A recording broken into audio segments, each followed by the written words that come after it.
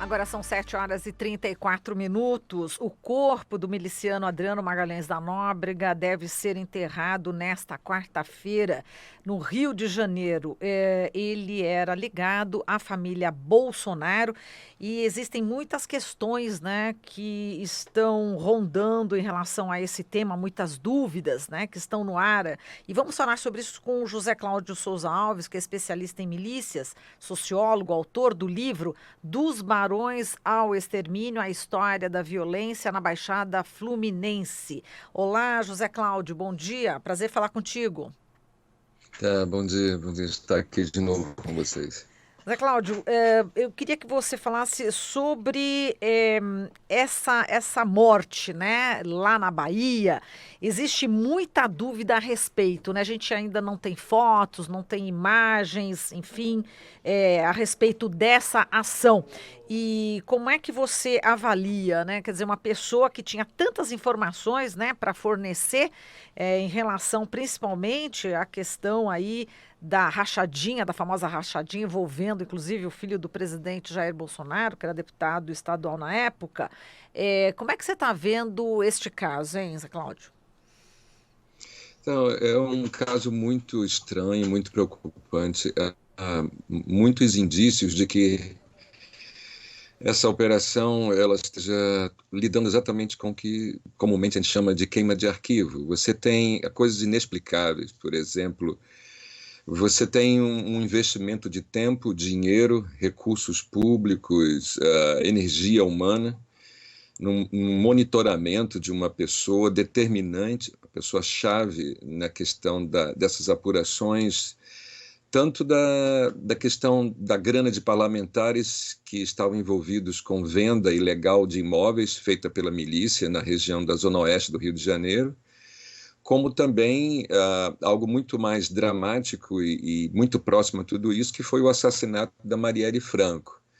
Então, essa figura, a meu ver, é uma figura-chave nessa investigação. E, ao invés de você fazer uma operação bem-sucedida de captura, você tem uma operação de morte dele. E algo meio inexplicável. Ele não estava numa área, digamos, numa favela complexa, num bunker cheio de homens armados com armas de alto potencial de fogo. Ele não estava numa complexa rede de relações e de espaços como uma favela, onde você não tem clareza, você não tem definição de que área, de que ambiente você está lidando. Ele estava num ambiente simples, numa casa isolada, relativamente isolada, numa área rural, no interior do Brasil, na Bahia. E isso leva a crer que é algo estapafúrdio. Se você quer capturar uma pessoa dessa, você faz o cerco, você anuncia o cerco, você espera, você vai ter paciência, você vai dissuadir qualquer tipo de reação. Ele não era um homem ignorante, estúpido, ele sabe que ele não tinha, é um profissional, ele é um especialista em causar dano à vida e ao corpo de outras pessoas, isso que ele era. Então ele sabia que nessa condição ele não tinha como reagir, ele não tinha um fator surpresa. Ele isolado, ele cercado, era uma questão de tempo e paciência e dissuasão. Diz, você não tem como sair daí. Agora, o relato que nós temos é que eles chegaram lá, deram ordem de prisão, houve reação, troca de tiro, ferido e foi encaminhado para o hospital e morreu. Isso é estapafúrdio. Você não faz um investimento dessa monta por parte de uma operação para resultar na morte do da principal informante de um processo desse, já procurado há 1 ano pela estrutura policial. Isso é, a meu ver, algo absurdo. Eu acho que não é um trabalho de inteligência.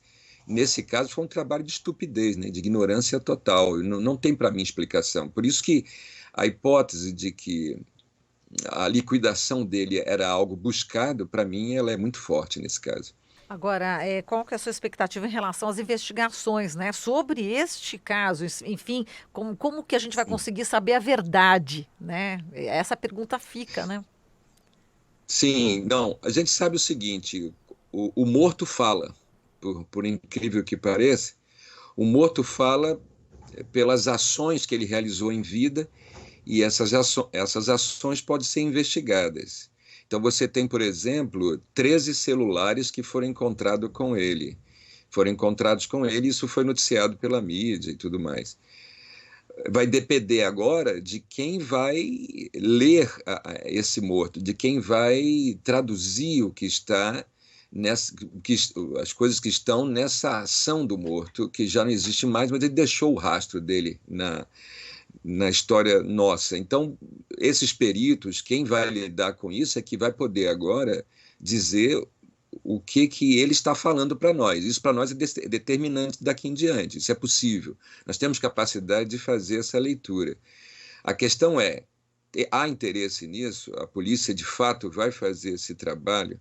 Ou mais uma vez você vai ter forças políticas, forças de poder real que interfere e que altera a leitura das ações, das palavras e de tudo aquilo que ele deixou para trás. Quem vai fazer esse trabalho? A quem interessa realizar esse trabalho bem feito, e a quem interessa você, mais uma vez, intervir, atrapalhar, prejudicar e impedir que nós tenhamos acesso a essas informações. Eu acho que essa disputa que está se dando agora. Exato. Bom, gostaria que, enfim, se você tiver algo mais, né, que gostaria de falar, que eu não tenha te perguntado, por favor, fique à vontade, que a gente já está encerrando a entrevista, José Cláudio. Tá legal.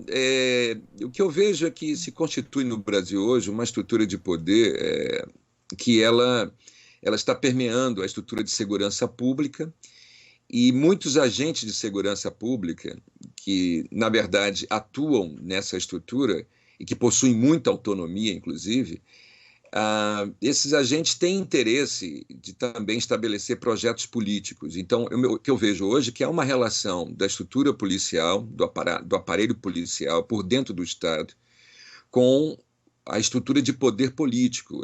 As pessoas estão buscando, têm como objetivo, efetivamente, se eleger esse ano. Então, há um projeto vinculado principalmente ao discurso de extrema-direita.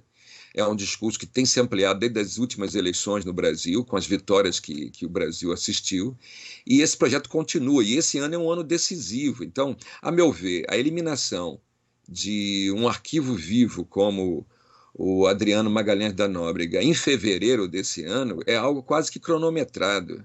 Isso vai servir para nós, isso vai ser escondido, apagado da memória nacional até que chegue às eleições, e isso não vai afetar.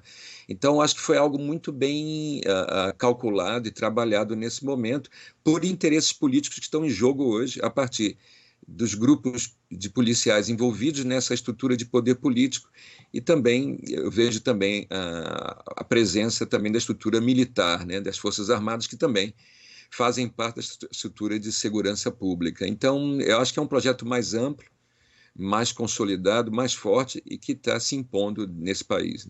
Tocando só nesse assunto, independente do governo que está, né? No caso da Bahia, por exemplo, né? Isso, não, eu quero dizer para você o seguinte, o PT não se diferenciou em relação ao tratamento à segurança pública. Infelizmente, isso é algo que tem que ser feito, é uma autocrítica mesmo. Os governos do PT, o próprio Lula, eles não tiveram uma contundência no confronto, enfrentamento desta estrutura do crime organizado por dentro do Estado. Os grupos de extermínio sempre atuaram de forma muito autônoma, o aparelho policial ele é autônomo. Quando ocorreram chacinas importantes, eu vou lembrar uma para você, em 2007 houve a chacina do PAN. Sérgio Cabral autorizou 1.500 homens da polícia a invadirem o complexo do Alemão e mataram 19 pessoas naquela época. A comissão de peritos especiais da Secretaria de Direitos Humanos, na época, fez o laudo dos corpos e identificou que 70% das perfurações nos corpos estavam na cabeça e nas costas desses corpos, o que daria um indício muito elevado de que foram execuções sumárias. Infelizmente, ao invés de você trombar com isso e mostrar que isso não pode ser uma política de segurança, as declarações do presidente na época foi não se combate violência, o crime organizado com pétalas de rosa. Bom, isso são palavras hoje na boca de apoiadores do Wilson Witzel, atual governador do Rio de Janeiro, que faz uma política de execução sumária em comunidades pobres. Então o PT não se diferenciou, Lula não se diferenciou. Nós tínhamos que ter trombado naquele momento com essa estrutura. Essa estrutura tem que ser limitada. Como não fizemos isso, hoje nós vivemos isso. Então, o fato de ser um governador do PT não significa muita coisa. Essa estrutura policial ela tem uma autonomia, uma independência absoluta. Os governos não conseguem colocar limites, nem determinar a atuação dessas polícias, dessa estrutura. Então, é indiferente, porque nós não construímos ao longo desse tempo formas de controle social sobre essa estrutura de poder montada dentro do aparelho policial.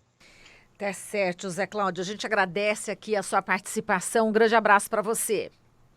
Tá, obrigado a vocês, um bom dia. Bom dia. Falamos aqui com José Cláudio Souza Alves, especialista em milícia, sociólogo, autor do livro Dos Barões ao Extermínio, a história da violência na Baixada Fluminense.